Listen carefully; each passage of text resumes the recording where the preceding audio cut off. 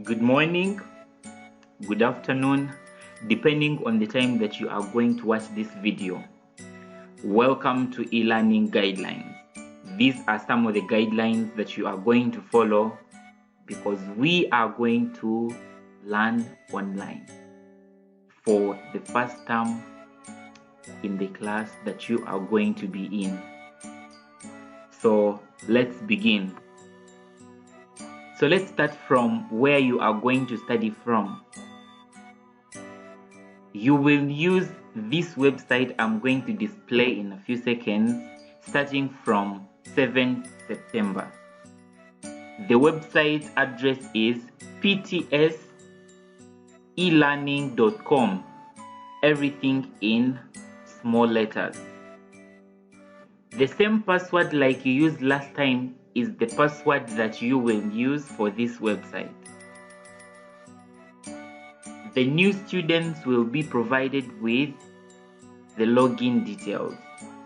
When you log into the site, the home page is going to look like this. You will have to put your email address or your username on this place, and you will put your old password, the password you used last time, on this place, and you will click on login. When you log in, remember that the address has to be ptselearning.com.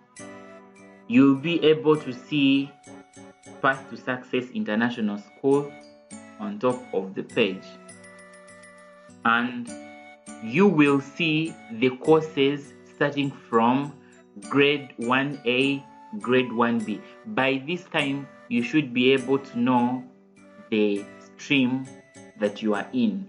If you are in P1, you should be able to know that you are in A or B or C. If you are in P2 as well, you should be able to know the grade level that you are in. So let's talk about start of a school day. What do you do? Wake up early in the morning, as early as 7 a.m. Brush your teeth, take a shower, get dressed, take a quick morning snack if you have one or if you have two. Take the learning materials, and by learning materials I mean like your computer, the books. Yeah, books are very important because you are supposed to write notes just like you are in a classroom, and get ready to start your first lesson. I know it is not going to be like how you are learning in class, where you were learning and you are with your friends in the class, but remember your classmates are also going to be available because they will virtually be in the class at the same time that you will be in class as well. You're not going to be having the teacher in front of you like you used to do when you are learning physically at school, but the teacher is also virtually going to be online, ready to answer any question that you will have. So always remember that the teachers are there for you just like they were last term. Let's talk about the length of studying time and break time. A lesson does not exceed 40 minutes. After each lesson, take a break of at least 5 to 10 minutes. Use breaks to stretch, not to watch TV or be on the phone. Avoid time spent on TV screen or any other screen during breaks. Have a healthy snack during the break to help you boost it. The learning space. This is the place where you're going to be learning from your classroom at home. Make sure that it is a quiet place devoid of distraction. For example, TV playing in the background, your maid asking you for some stuff, or your small brother, big brother, and small sister and big sister speaking in the background. You have to be in a place that doesn't have any distractions so that you can stay focused. About the internet, I advise you to find a good internet speed so that you don't have any problems learning.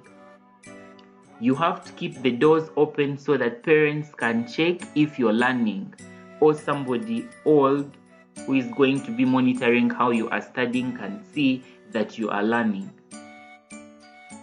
Make sure that you stay in touch with teachers. This can be through phone calls. You must have your teacher's number so that if you have any problems, or if you write a comment online and the teacher does not respond on time, you can contact the teacher. But make sure that the time that you contact the teacher is the time that you are learning, because the teacher is not going to be online, for example, at 9 p.m. or late in the night. So make sure the time you contact the teacher is early in the day and on a school day. You can as well contact the teacher by sending them a normal SMS or a WhatsApp message. The teachers are going to be ready and available to answer all your questions. This goes to the parents. Michelle A. Home once said that the hardest decision a parent will ever have to make is letting a child make a decision on their own. How do I mean by this? You have to let the children be independent. This means please do not give them answers. Let them watch the videos, let them attend live lessons, and they understand the content that they have learned so that they can respond and give their own answers, because the teachers want to find out if they really understood. This doesn't stop you from helping them with computer issues. If they have internet problems, you can step in and help. But please do not give them the answers. Do regular checks. How do I mean by this? Like the morning check. When you wake up in the morning and you have to study, ask yourself, what subject do I have today? So that means there is a timetable that you are going to follow. Do I have an assessment today? An assessment is like a test or a quiz, depending on what your teacher has prepared for you. How will you spend your time that particular day that you're going to be planning? And what resources or materials do you need? Because sometimes you might need a ruler for mathematics, you might need a pencil for drawing some diagrams, or you might need a calculator for those who are in grade 6 and grade 7. So make sure that you check all the materials that you need. In the evening, when all the learning is finished, ask yourself, what did I learn today? What was hard? How far did I go? And after all this is done, after all the coronavirus is gone, don't worry, we shall go back to this. We shall go back to this and this, plus this, and even celebrating birthdays at school, and this, and this, and all that. So we shall go back to this as soon as coronavirus is done, and as soon as the government gives us a green light, go back to study. But I want you to remember, thank you for watching, but I want you to remember that you have to follow the government guidelines so that you can avoid catching coronavirus, because it is out there and it is real. Remember to wash your hands, you keep clean, eat healthy. Yeah, this is very important because it will boost your immunity.